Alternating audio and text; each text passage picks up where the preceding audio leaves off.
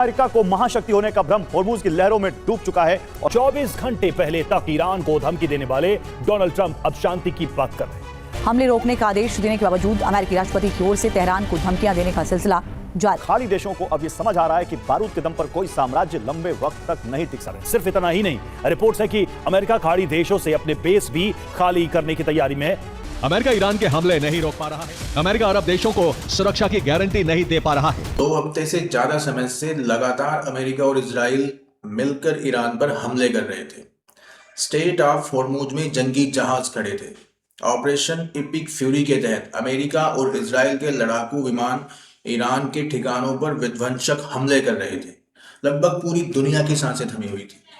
बाजार में कच्चे तेल की जो कीमत थी वो आसमान को छू रही थी। हर किसी को लग रहा था कि जैसे वर्ल्ड वार 3 शुरू हो चुका है और कोई इस विध्वंसक लड़ाई को नहीं रोक सकता। और हर किसी के दिमाग में एक ही बात थी कि क्या यही वर्ल्ड वार 3 है। और फिर अचानक से सब कुछ रुक जाता है। कोई बड़ा ऐलान नहीं, कोई बड़ी प्रेस कॉन्फ्रेंस नहीं, बस चुपचाप अचानक से बमबारी बंद हो जाती है। बंद पड़े दरवाजों के पीछे आखिर ऐसा क्या हुआ कि अमेरिका जैसी महाशक्ति को अपने पैर वापस खींचने पड़े। दोस्तों, क्या ईरान ने कोई ऐसा मास्टर स्ट्रोक खेल दिया जिससे वैश्विक अर्थव्यवस्था जो तबाही के कगार पर पहुंच चुकी थी, कच्चे तेल की कीमतें बढ़ रही थी, या फिर बैक चैनल कूटनीति में चीन और रूस ने कोई ऐसा दांव खेला, कोई ऐसा चाल चली गई जिससे पूरी बाजी ही पलट गई।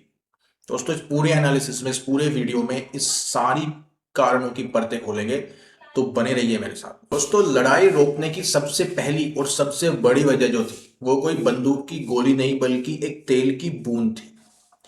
हमला शुरू होते ही ईरान ने वो हथियार इस्तेमाल किया जिस पर पूरी दुनिया की सांसें अटक गई और उसका नाम था straight of Hormuz. Straight of Hormuz को ईरान ने ब्लॉक कर दिया। होर्मुज की खाड़ी से दुनिया का लगभग एक चौथाई तेल गुजरता है और ईरान ने सीधे तौर पर तेल के टैंकरों पर हमले करने शुरू कर दिए, माइंस बिछा दिए, जिसका रिजल्ट ये हुआ कि रातों रात कच्चे तेल की जो सप्लाई थी वो बंद हो गई। तेल की कीमतें आसमान छूने लगी और अमेरिका और यूरोप में ही नहीं बल्कि पूरी दुनिया में मंदी की लहर आने का डर पैदा हो गया। और अमेरिकन को ये अच्छी तरह से समझ में आ गया कि अगर ये लड़ाई 2 हफ्ते और चली तो ईरान भले ही बर्बाद हो जाए, लेकिन ईरान वैश्विक अर्थव्यवस्था को बिल्कुल बर्बाद कर देगा, क्रैश कर देगा। अमेरिकी राष्ट्रपति डोनाल्ड ट्रंप और उनके जो एडवाइजर थे उनको अच्छी तरह से ये बात महसूस हुई कि इस नाकाबंदी का जो असर है वो सीधी अमेरिकन वोटर की जेब तक पहुंच रहा है। और यही वो आर्थिक परमाणु बम था जो ईरान ने अमेरिका पर दाग दिया। दोस्तों, इस वॉर में अमेरिका और इजराइल की सीधी रणनीति ये थी कि अगले 48 घंटे में ईरान की जो वायु रक्षा प्रणाली है, जो उसके एयर डिफेंस सिस्टम है, मिसाइल लॉन्चिंग पैड हैं, ड्रोन लॉन्चिंग पैड हैं, उन सबको 48 घंटे में उनको सबको बर्बाद कर दो। लेकिन हुआ इसके एकदम से उलट। ईरान ने जिस रणनीति और जिस होशियारी के साथ में अमेरिका और इजराइल को जवाब दिया उससे दोनों ही देश बिल्कुल सन्न रह गए। ईरान ने लाखों डॉलर के अमेरिकी पैट्रियट मिसाइल जो थे, इजराइल के जो एरो मिसाइल थे, उनको सस्ते शाहिद ड्रोन से बर्बाद कर दिया। ईरान के जो भूमिगत शहर थे जहां पे ईरान ने अपने मिसाइल को स्टोर किया हुआ है वो पूरी तरह से सुरक्षित थे। अमेरिका और इजराइल की बमबारी उनका कुछ भी नहीं बिगाड़ा। बदले में ईरान ने उसके जो सहयोगी हैं, इराक, सीरिया, खाड़ी देशों, उनके अमेरिकी अड्डों पर सीधे हमले किए। और अमेरिका के जो एनालाइजर हैं उन्होंने इस बात का एहसास किया कि अमेरिका के पास में मिसाइल इंटरसेप्टर की जो संख्या है वो तेजी से खत्म हो रही है। ये लड़ाई अगर लंबी चली तो अमेरिका को अपने सैन्य अड्डों को बचाने के लिए रक्षात्मक मिसाइलें जो हैं वो कम पड़ जाएंगी और अमेरिका के ऐसी दलदल में फंसता जा रहा है जहां से उसका निकल पाना बिल्कुल नामुमकिन तो नहीं पर महंगा जरूर साबित होगा। दोस्तों, लड़ाई रोकने का सबसे मेन रीज़न एक ये भी था, वो था गल्फ कंट्रीज़ पर इस बार ऐसी लगाम ईरान ने लगाई कि वो अमेरिका पर दबाव बनाने के लिए मजबूर हो गए। अमेरिका जब भी मिडिल ईस्ट में कोई लड़ाई करता है तो उसे अपने गल्फ के जो सहयोगी हैं, Saudi Arabia, UAE, Qatar, Bahrain, Jordan, इन सब के एयरबेस की ज़रूरत पड़ती है। लेकिन इस बार खेल पूरी तरह से उलट था।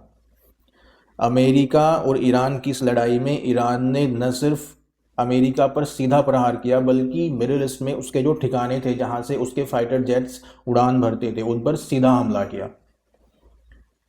इतना ही नहीं, उनकी जो रिफाइनरीज थी, चाहे उसमें यूएई हो, कतर हो, चाहे उसमें सऊदी अरेबिया हो, उन पर सीधे हमले किए गए। यमन के हुती ने सऊदी अरब के जिजान और यानबू में मौजूद जो तेल रिफाइनरीज थी उनको पूरा निशाना बनाया। यह लड़ाई सिर्फ ईरान और अमेरिका तक सीमित नहीं थी, उनकी जो प्रॉक्सीज थी वो भी इस लड़ाई में पूरी तरह से शामिल थी। अरब सागर को यमन के हुती ने पूरी तरह से ब्लॉक कर दिया था। ये भी एक रीज़न था कि अमेरिका लड़ाई को रोकने के लिए मजबूर हो गया था। और दोस्तों, ईरान ने ऐसा किया भी। ईरान ने एक सख्त संदेश दिया सभी खाड़ी देशों को कि अगर आपकी धरती से ईरानी ज़मीन पर अमेरिकी जहाज़ हमले करते हैं तो हम आपकी तेल और बुनियादी ढांचों पर निशाना लगाएंगे। ईरान ने कतर और बहरीन पर जो मिसाइल हमले किए उनके तेल इंफ्रास्ट्रक्चर को उन्होंने जमकर निशाना बनाया।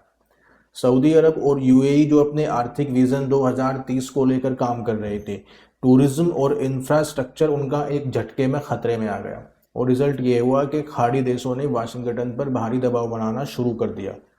सऊदी अरेबिया और यूएई ने अमेरिका को साफ बोल दिया कि वे अपनी संप्रभुता और अपने एयर स्पेस का इस्तेमाल ईरान के खिलाफ नहीं होने देंगे। दोस्तों, दोनों तरफ से बमबारी हो रही थी, मिसाइलें चल रही थी, तब पर्दे के पीछे कूटनीतिक मोहरे अपनी चाल तेजी से चल रहे थे। पाकिस्तान के राजधानी इस्लामाबाद, ओमान की राजधानी मस्कट में बैक चैनल वार्ताएं शुरू हो गई थी।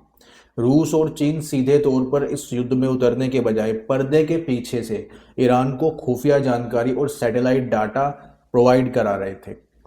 चीन ने अमेरिका को चेतावनी दी कि अगर ईरान में सत्ता परिवर्तन किया गया तो वह वैश्विक आपूर्ति श्रृंखला को पूरी तरह से ख़त्म कर देगा, तोड़ देगा।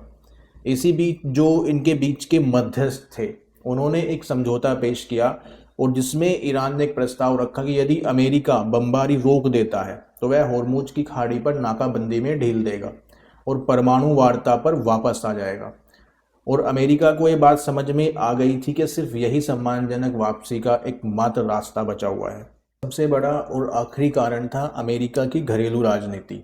अमेरिकी जनता लगातार हो रही लड़ाइयों से परेशान हो चुकी थी। इराक और अफगानिस्तान की लड़ाई के जख्म आज भी उनके दिलों पर थे। जैसे ही अमेरिकी सैनिकों के मारे जाने की खबरें आई, तेल के दाम बढ़े, तो अमेरिकी राष्ट्रपति की अप्रूवल रेटिंग्स में भारी गिरावट आ गई। संसद ने और जनता ने एक ही सवाल उठाना शुरू कर दिया कि हम मिडिल ईस्ट में एक लड़ाई क्यों लड़ रहे हैं। राजनीतिक नुकसान को रोकने के लिए अमेरिकी सरकार ने अचानक युद्ध विराम का बटन दबाना पड़ा। दोस्तों, ईरान और अमेरिका के बीच अचानक बमबारी का रुकना कोई एक पक्ष की जीत नहीं थी, ये बल्कि एक म्यूचुअल अंडरस्टैंडिंग थी और जो दोनों की मजबूरी भी थी। हालांकि ईरान ने एक बात को साबित कर दिया कि भले ही उसके पास में अमेरिका जैसी आधुनिक तकनीक न हो, लेकिन उसके पास में पूरी दुनिया की अर्थव्यवस्था को पंगु बनाने की एक अक्षमता जरूर है। वहीं अमेरिका ने यह समझ लिया कि हर समस्या का समाधान सैन्य ताकत से नहीं निकाला जा सकता। अब असली सवाल यही है कि ये युद्ध विराम जो अभी हुआ है, क्या ये एक अस्थायी शांति है या फिर सिर्फ एक बड़े तूफान से पहले की खामोशी मात्र। खैर दोस्तों, इस पर आपकी क्या राय है कमेंट बॉक्स में कमेंट करके ज़रूर बताइएगा। और अगर आपको विश्लेषण पसंद आया तो वीडियो को लाइक कीजिए और हमारे चैनल को सब्सक्राइब कीजिए। धन्यवाद।